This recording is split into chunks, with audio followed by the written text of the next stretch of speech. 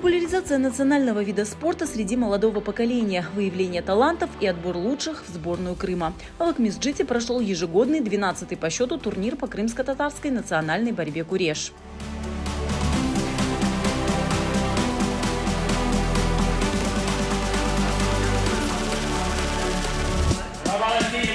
В турнире приняли участие 80 человек со всех регионов Крыма в весовых категориях от 32 до 75 килограммов.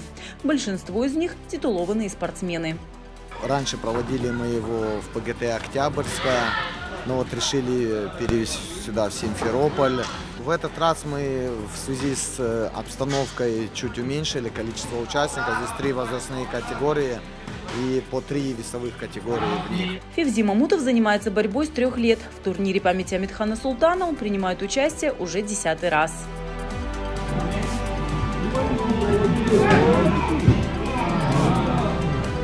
Занимаюсь я уже 14 лет. Занимаюсь всеми видами спорта. Вот сегодняшние соревнования особенно важные для меня. Они проводятся уже 12-й раз. Очень интересные, очень традиционные уже стали.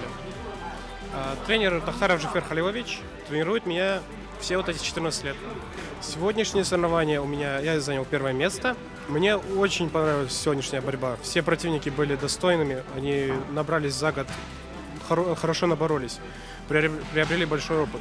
Многие юные борцы впервые участвуют в больших соревнованиях. Мы проводим эти соревнования по детям и юношам. В этом году решили провести по детям именно. Почему по детям? Потому что очень много сейчас занимающихся детей. Мы хотели провести соревнования, чтобы они не отставали от соревнований «Куреш». Соревнования проходят на очень хорошем уровне. Представлено 10 регионов. То есть, несмотря на такую погоду, которая сейчас в Крыму зимнюю, приехали со всех уголков Крыма и очень хорошо выступают. Я участвую на этом турнире не 1-й раз, 2-й уже. Я занимаюсь 3 года борьбой. В этом году я завоевал тоже 1-е место и продолжаю в таком же духе тренироваться. В этом году судьи определили по 10 победителей на каждое место. Традиционно участники получили медали, кубки и призы от спонсоров.